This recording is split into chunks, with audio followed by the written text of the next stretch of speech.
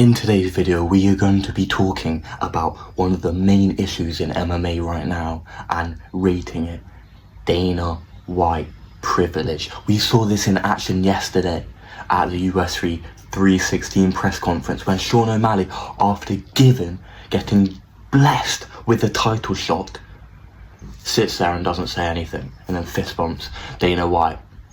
That was the only moment he had.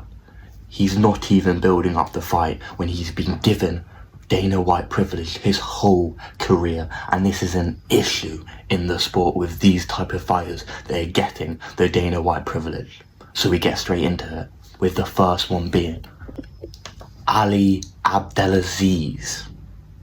He may not be a fighter, but you're telling me this guy does not have Dana White privilege? A convicted terrorist, working as a UFC manager for all the top level talent in MMA. Khabib's manager, Islam's manager, all the Daggy's manager, Justin's manager, trying to get Justin to fight Islam for the double paycheck.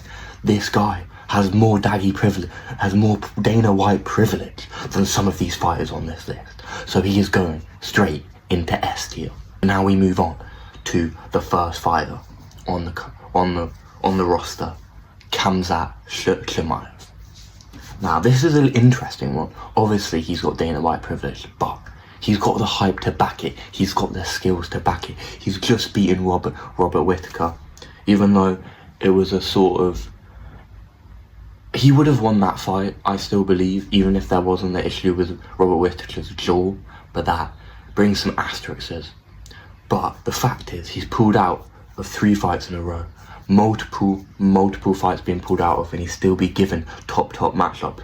But that is mainly due to the fan hype. If there was not fan hype, he wouldn't be getting this privilege. So I'm not putting him in S tier. I'm putting him in A. He does have Dana White privilege, but some of the sickness and some of the pullouts aren't his fault, and he has the skills to back it up. So we'll put him in A tier. Next one, Conor McGregor, straight S tier. He's sat out, went to fight Mayweather.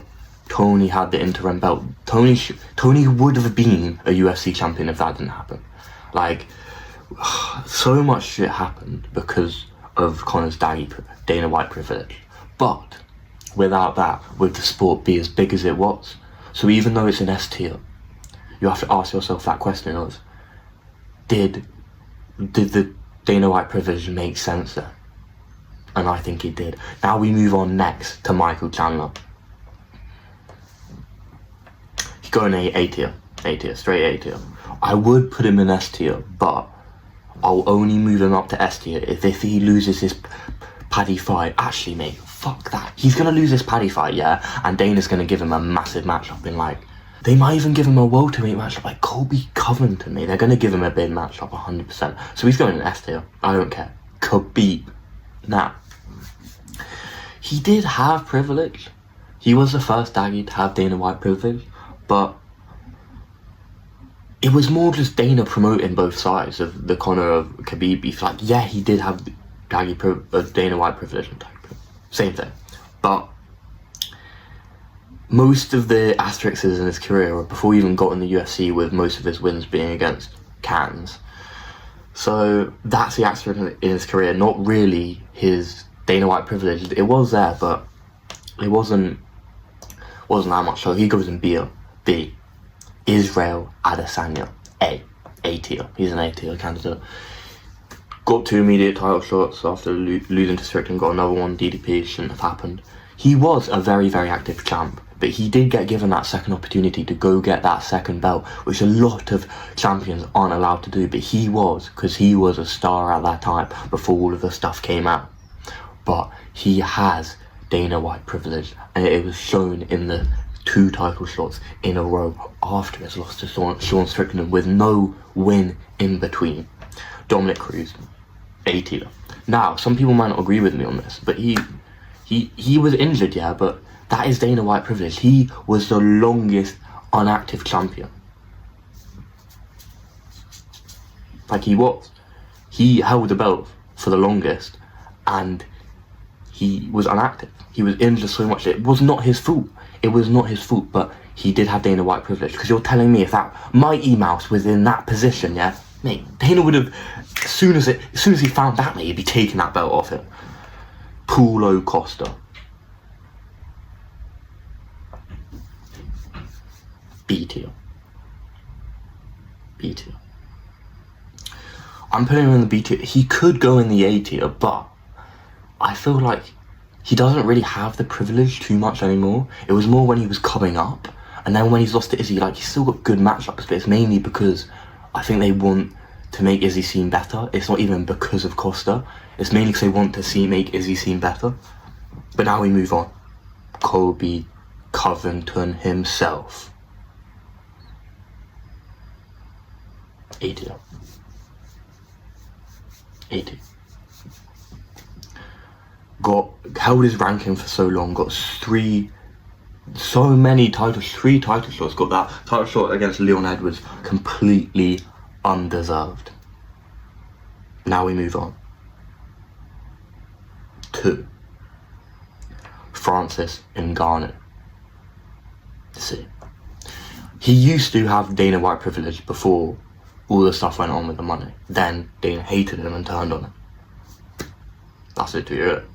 I would say the only reason he's in C and not D is because he had the privilege at the start. Dana was gassing him up, mate. You're gassing him up more than he ever gassed up Tom Aspinall, mate. Tom Aspinall was more of a threat than Francis ever was. Now we move on. Justin, the highlight Gaethje. I'm putting him in B tier.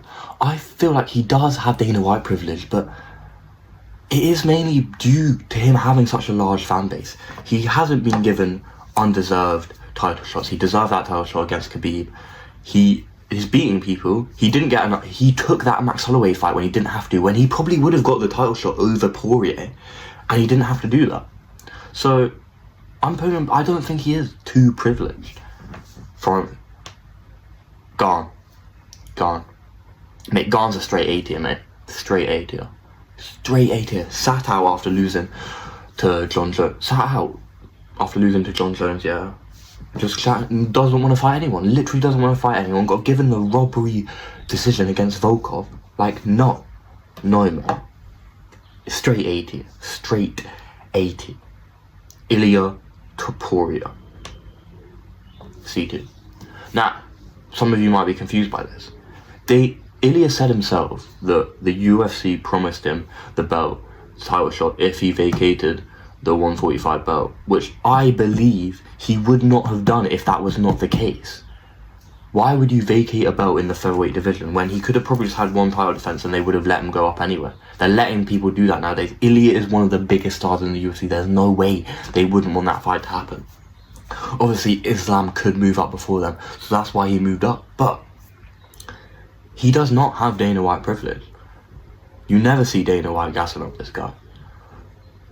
I just don't understand why as well. Because he's one of the most entertaining fighters right now, and he's a champion. Now we move on. Magomed Ankalaev. Straight D tier, mate. Straight D tier. Literally has no Dana White privilege. Like, arguably, like, that Jan Blachowicz fight was a draw, but, like, low-key I watched that and I kind of think Ankalaev won, mate. I rewatched it, yeah. My opinion, Ank won. So he low-key should have been light heavyweight champ before Alex Pereira even got there. But yeah, D tier, straight D tier. Mighty Mouse, straight D tier, mate. Straight D tier. I don't even think I have to explain it, mate. Dana White just hated it on Mighty Mouse, mate. When he's literally one of the best expressions we have of mixed martial arts. The way he fights just looks like so good and so perfect, mate. Umar Nurmagomedov, straight S tier, mate. Got no ranked wins, then got given the Corey Sanhagen shot. Fair enough, beat Corey Sanhagen, gets given the title shot. Now, he won't even fight Peter Yan, and he's sitting out for another year. Now Peter Yan don't have a matchup, and now we got Merab versus Sean, when we don't even need it, when we could have Sean versus Peter Yan, and just Merab sit out, mate. Like, fuck Merab for a bit, do you know what I mean? Steve Erceg. A tier. he's been given too many matchups that are too good. Like, he literally just lost to Moreno. He shouldn't have been given that matchup in the first place. If anyone should have been given it, Manel Cap. Manel Cap had a sicker performance against Bruno Silva. Yeah, Bruno Silva. It was a sick performance. Obviously, then had a 1-2 eye poke against Almabayev, which was about... Was that about Almabayev? I think so. Kevin Holland. Big deal. Now, he does have Dana White privilege, but he is one of the most active fighters, and they can always count on it. That's the problem. He might not be the best fighter, he might not always win, he might chat the most, and he's annoying. I'm a fan of him, I find him funny. He annoys me because he don't try, but he wouldn't be champ if he tried. Like, get that out of your head, mate. He'd be like a top 10 contender. Like, he would be a bit better if he tried. Like, his grappling would be better, his striking would be a bit better, but he still wouldn't be in the top levels of that division. But it's mainly because he does good work for the company. He will always show up. Like, he always shows up. If they need a guy, Kevin Holland will be that guy. Jose Aldo, D tier, mate. The disrespect over Jose Aldo since he's come back is something actually disgraceful. It's something disgraceful. The matchups he's been given. Mario Batista literally held him against the fence. Right. I can't do it. Jonathan Martinez, something Martinez. But, mate, just being given bad matchup after bad matchup, and, like, the disrespect, mate. At the press conference for UFC 315, he wasn't even there. He wasn't even there. Come on. Jon Jones, S tier. Front of S tier. There's no one that has more Dana White privilege than Jon Jones in their entire career. If this was any other sport, Jon Jones would have been shunned away. Literally, he would have. Football, literally any other sport, if someone had the outside actions that he had, probably would have been banned, mate, from the sport, to be fair. But that's not even what we're talking about, mate. In his matchups, Dana White privilege. For a 42-year-old Stipe instead of Tom Aspinall, literally could have Dana White. Islam Makhachev. B tier. He does have Dana White privilege, don't get me wrong, but he went on a long win streak. And he's been... Actually, mate, fuck that, mate. I'm putting Islam down one, mate, because he had a long win streak before he even got the title, mate. No one wanted to fight him. That was a problem. For him. It wasn't a problem for Umar, mate. Umar just chatting, mate. It was a problem for Islam. A lot of people say no to his fights. Umar, like, come on, mate. But Islam beat him. He does have Dana White privilege, but he backs it up, mate. He wins, he performs, he puts on good performances, and he's funny. Like, if anything, he should be given more Dana White privilege, to be fair. Sean O'Malley, straight S tier. I don't even need to explain it. We're Rob title shot. Pereira, B tier. I'm going to put Pereira in B tier. He does have Dana White privilege, but he's also helped the UFC out so much. He literally saved like 2-3 cars last year himself. So the privilege is warranted. So I'm putting him B tier, mate. Paddy Pimblett.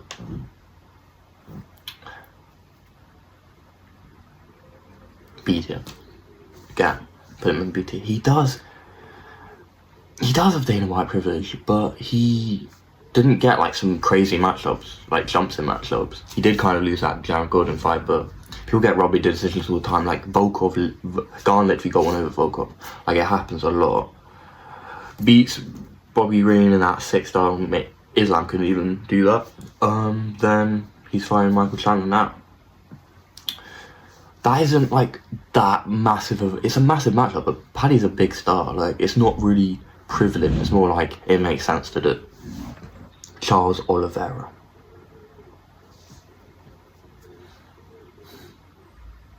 He don't speak English. He does actually have Dana White privilege. Because, yeah, like, Islam's right. Like, he don't speak English, and half these Brazilian fighters, they just act like they don't speak English when they do. Like, they don't speak fluent English, but they can speak English. And then they just act like they can't, because I'm not saying Oliveira's doing that. It's just he did get given that second title shot. Obviously, he did pull out, and that's why we got the Vogue. Actually, Peter Ferry. Nah, I'm gonna leave him B tier. Dustin the Diamond Poirier, A tier. He literally shouldn't have got that Islam fight. I know he has done a lot in his career, but he did not deserve that Islam fight. I know he put up a very good fight, but that doesn't matter. He didn't deserve it. And he didn't really deserve the Oliveira one either. Volk.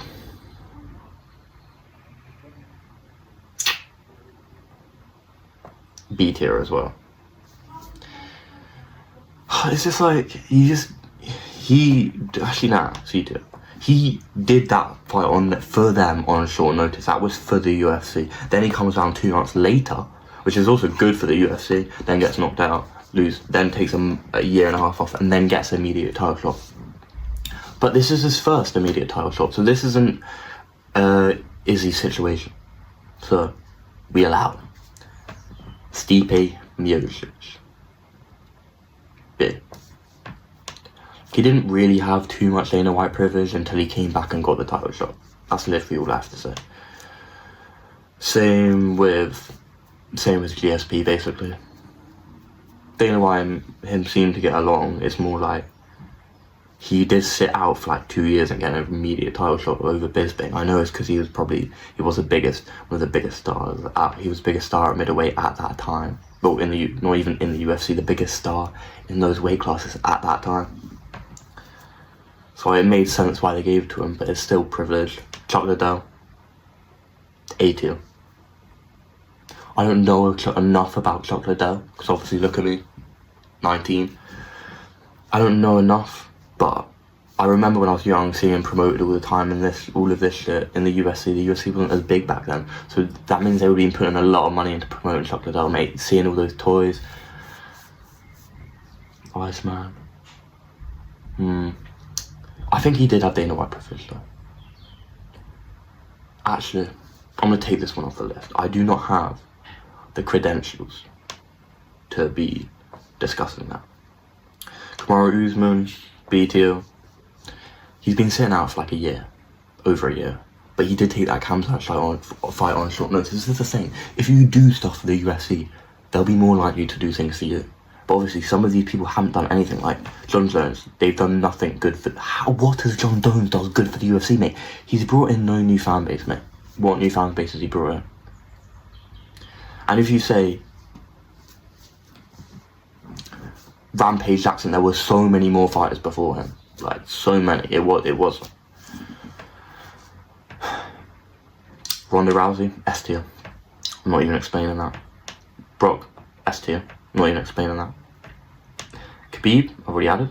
Wait, I'll add Khabib with the title. Wait, actually, no, I won't.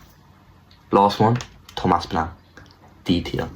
The Tom Aspinall is probably one of the least Dana White privileged fighters in the UFC right now. He has the shortest average fight time. Why is Dana not gassing him up like he was gassing up Francis Ngannou, going on all these shows, mate? What is Dana doing in this promotion, mate? It's been over a year. It's been a year and a half since Tom Aspinall has got that belt and the interim belt. And he still has not fought John Jones. This is Dana White privilege, if anything, and it needs to stop. But let me know what you think. Is this a fair list? Did I miss anyone out? And in a bit.